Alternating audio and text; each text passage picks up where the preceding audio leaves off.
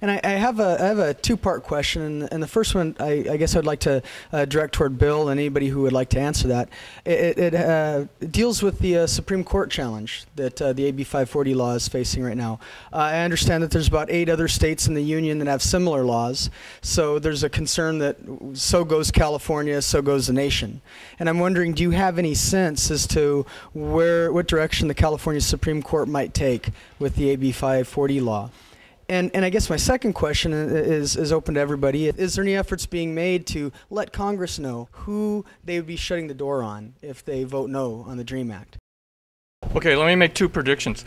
The AB 540 will be upheld by the California Supreme Court. Okay, so the lawsuit will lose, the lawsuit challenging it. And the second prediction, I'll come back and explain both of them in a minute. The second prediction is that the DREAM Act will pass within a year, okay, federally.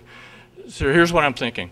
All right, the AB 540, 30-second con law lesson. Okay, it's based on the fundamental right to travel from one state to another without being discriminated against, unless the state has a compelling state interest. The state does have a compelling state interest to favor undocumented students over out-of-state students, because the students who live here who are undocumented have, it's been demonstrated, their families have paid taxes, they're part of the community, so there's clearly a compelling state interest.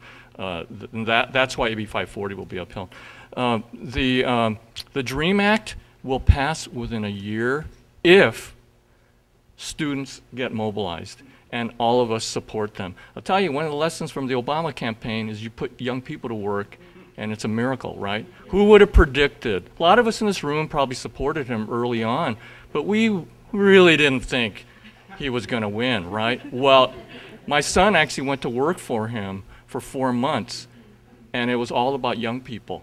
I'm telling you, old people supported him, but it was the young people. They're organizing. Young people are powerful, and we should be following their lead. We should be following these students' leads and doing visits, going to Congress. We should be doing what they tell us to do.